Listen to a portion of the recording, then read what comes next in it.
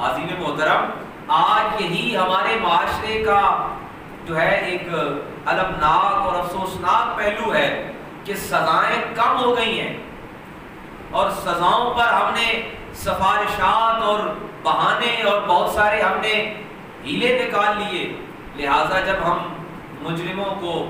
صحیح طرح سے سزا نہیں دے سکے، پھر معاشرے میں جرائم اور معاشرے میں جو ہے ایک عدم مساوات وہ بڑھتا چلا گیا. وجہ کیا بنی کہ ہم نے مجرموں کو ان کے صحیح جو شرعی طور پر اللہ اور اس کے رسول نے سزا مقرر کی ہم وہ نہیں دے سکے، اور یہی معاشرے کا بگاڑ ہے. اور ایسے معاشرے جہاں پر سزاؤں پر صحیح طریقے سے عمل درآمد ہوتا ہے، وہاں جرائم کی شرح جو ہے وہ کم ہوتی ہے. آج جب بھی ہم جو ہے وہ اسلامی سزاؤں کی بات کرتے ہیں، ہاتھ کاٹنے اور قتل کے بدلے قتل کی بات کرتے ہیں،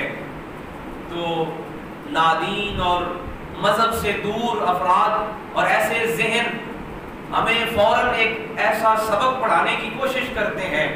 کہ یہ بھی انسانی حقوق کے خلاف ہے اور تہذیب کے خلاف ہے. تو یہ تہذیب کے مطابق ہے کہ جب انسانوں کی عزتیں، مال اور جان محفوظ نہ رہے، ہر روز جو ہے ایک نیا قتل، نئی عزت لوٹی جائے، نیا قتل کیا جائے اور انسانوں کی قدر و منزلت معاشرے میں ختم ہو جائے، کیا یہ پھر انسانی تہذیب ہے اور یہ انسانی معاشرہ ہے؟ اللہ پاک نے تو اپنے کلام میں یہاں تک کہ یہ جیسے میں نے آپ کے سامنے عرض کیا کہ مال انسانوں کا لوٹا گیا، ڈکیتی اہل ایمان کے مال کی ہوئی ہے اور جان انسانوں کی لی گئی ہے. اللہ پاک نے فرمایا انما جزاء الذین یحاربون اللہ ورسولہ، کہ اللہ کے ساتھ محاربت یعنی انہوں نے اللہ کا مال لوٹا. جیسے حالانکہ اللہ کے مال کی تو ایسی کوئی قیاس ہم سوچ ہی نہیں سکتے، گمان ہی نہیں کر سکتے،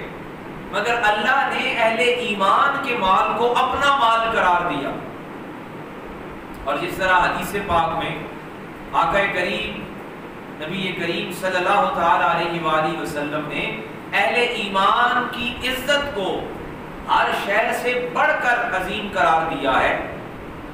تو یہی وجہ ہے کہ معاشرے میں کافر تو رہ سکتا ہے مگر ظالم نہیں رہ سکتا. معاشرے میں کفار کو، غیر مسلم کو زندہ رہنے کی اجازت دی جا سکتی ہے مگر معاشرے میں ظالم کو رہنے کی اجازت نہیں دی جا سکتی. غیر مسلم ہے، اپنے دین پر، اپنے مذہب پر وہ زندہ رہے، ہر انسان کو اس کی زندگی کی اجازت معاشرہ دیتا ہے اور اسلامی معاشرہ اولین دیتا ہے. مگر چور، ڈاکو، زانی اور قاتل کو معاشرے میں زندہ چھوڑ دیا جائے اور پھر یہ سوال کیا جائے کہ معاشرہ انسانی معاشرہ ہو جائے گا اور ہم جو ہے انسانی تہذیب سیکھ لیں گے، ہم انسانیت سیکھ لیں گے، یہ فضول ہوگا، یہ لا حاصل ہوگا. اور جب تک معاشرے میں سخت قسم کی صحیح جو اسلامی شرعی سزائیں ہیں، اچھا یہ کہا جاتا ہے کہ یہ انسانیت کے خلاف ہیں، ٹھیک ہے، سزا کی عمل درآمد، مجرم اور ملزم کے درمیان تفریق، پھر جرم کی اس کی صحت، جرم کا ثابت ہونا، یہ عدالت پورے طریقے سے کرے. مگر اس کے بعد سوال یہ ہے کہ جب کسی پر جرم ثابت ہو جاتا ہے، ہم یہ ہرگز مطالبہ نہیں کرتے، اور اللہ کا کلام اور آقا کریم صلی اللہ تعالیٰ علیہ وآلہ وسلم کی احادیث مبارکہ بھی ہمیں یہ سبق دیتی ہیں کہ پہلے کسی بھی شخص کو، کسی ملزم کو مجرم ثابت کرنا یہ عدالت کے پورے نظام کا حصہ ہے کہ عدالت کسی بھی زانی کو، قاتل کو، کسی چور کو، ڈاکو کو، اس پر پوری تحقیق کرے. اور اس کے لیے اللہ کے کلام نے ہمیں واضح سبق دیا ہے، ہمیں واضح درس دیا ہے کہ زانی ہے تو پھر اس کے لیے کیا اصول ہے، 4 گواہ لائے جائیں، قاتل ہے تو پھر اس کا کیا اصول ہے، چور ہے تو پھر اس کا کیا ہے. لیکن سوال یہ ہے کہ جب کسی پر عدالت یہ سارا کچھ عمل کر لیتی ہے کہ اس کے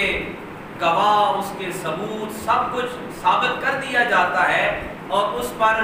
جرم ثابت ہو جاتا ہے، پھر اس کو سزا کیوں نہیں دی جاتی؟ سوال یہ ہے کہ ہمارے معاشرے میں ایسے مجرموں کو کیوں بچا لیا جاتا ہے، اور ایسے کون سے عناصر ہیں، چاہے وہ ہمارے اداروں میں ہیں، ہمارے منتخب نمائندوں میں ہیں، جہاں ہیں ایسے عناصر ہمارے معاشرے کی تباہی اور زوال کا سبب ہے وہ لوگ جو ایسے مجرموں کی اور ایسے انسان دشمن عناصر کی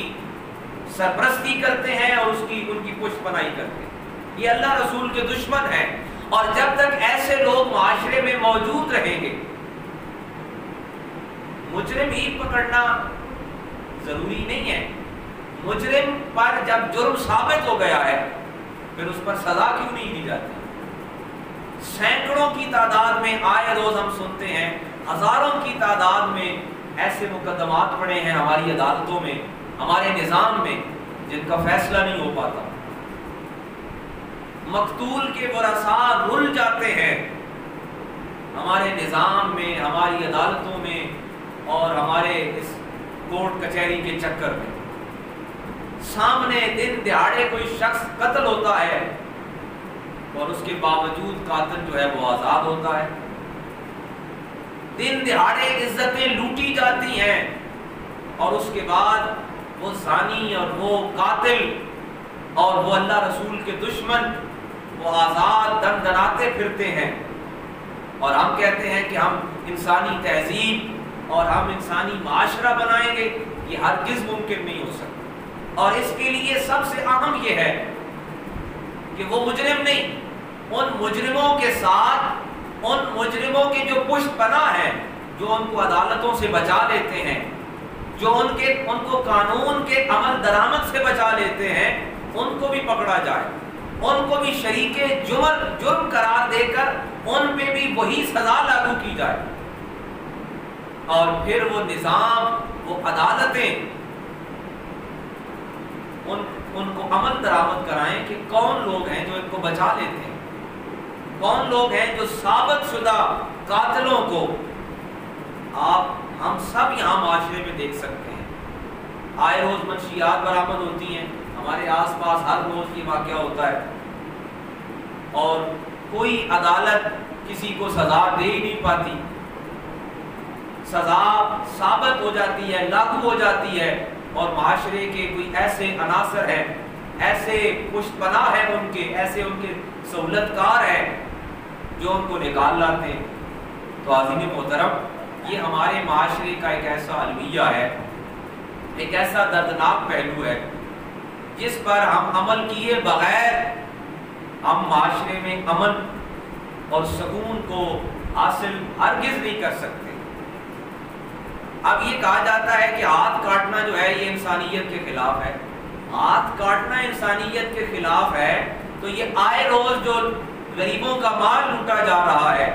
کسی کی دکان لوٹ لی جاتی ہے، کسی کا گھر لوٹ لیا جاتا ہے، گاڑی چھین لی جاتی ہے، تو یہ جو غریب رل جاتے ہیں، یہ جو غریب تباہ و برباد ہو جاتے ہیں، ان کا کون آسرا ہے؟ ان کا کون مداوا کرنے والا ہے؟ یہ جو عزتیں شاہراہوں پہ اور سڑکوں پہ عزتیں لوٹی جاتی ہیں،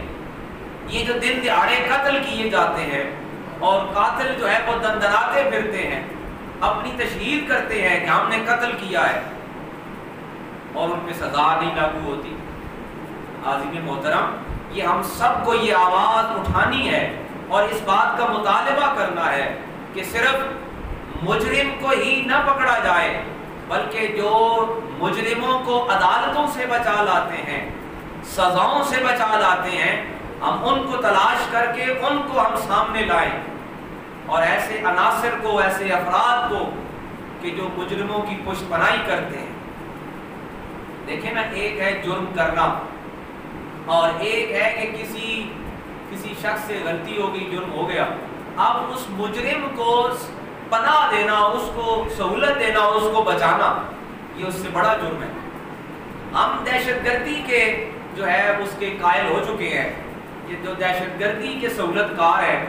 ان کو پکڑا جائے اور ان کو اس قدر ہی سزا دی جائے، ٹھیک ہے، یہ بھی ایک اچھا عمل ہے۔ لیکن جو کسی عام غریب کی عزت لوٹ لیتا ہے، اس کے گھر سے مال لوٹ لیتا ہے، کسی ایسے عام غریب شہری کی جو جان لے لیتا ہے، اس کے جو سہولت کار بنتے ہیں، چاہے وہ کوئی وڈیرے ہوں، کوئی جاگیردار ہوں، کوئی مالدار سرمایہ دار ہوں، کوئی ہوں، جو اس کو اس سزا سے بچا لیتے ہیں، ان کی پکڑ کب ہونے والی ہے اور ان پر سزا کب لاگو ہونے والی ہے؟ حاضرین محترم، یہ سورۃ المائدہ کی جو آیت مبارکہ 33-34 ہم نے پڑھی، اس میں اللہ پاک نے فرمایا کہ ایسے مجرم جو راہزنی کرتے ہیں، لوگوں کا مال لوٹتے ہیں اور مال لوٹنے کے ساتھ لوگوں کی جان لیتے ہیں، عزت لوٹتے ہیں، وہ اللہ رسول کے ساتھ جنگ کرتے ہیں، اللہ رسول کے ساتھ جنگ کرتے ہیں، اور ان کی سزا یہ ہے کہ ان کو گن گن کر قتل کیا جائے، ان کے ہاتھ پاؤں کاٹے جائیں، اور ان کو زمینوں سے کیا کیا جائے، ان کو زمین بدر کیا جائے، یعنی کہ ان کی اس جرم کے حساب سے ان کی سزا ہے۔ کچھ وہ ہیں جن کو قتل کیا جائے، کچھ وہ ہیں جن کے ہاتھ کاٹے جائیں، اور کچھ وہ ہیں جن کو جو ہے بدر کیا جائے۔ لیکن ہمارے معاشرے میں ایسی سزاؤں پر عمل درآمد کا نہ ہونا اور ایسی سزاؤں کا جو امپلیمنٹیشن ہے وہ نہ ہونا، یہ ہمارے معاشرے میں جرائم کو زیادہ کر رہا ہے، بڑھا رہا ہے۔ آئے روز ہم سنتے ہیں، دیکھتے ہیں کہ جرائم کی جو شرح ہے وہ بڑھ رہی ہے، اور اس کے لیے ضروری یہ ہے کہ ہم ہر سطح پر،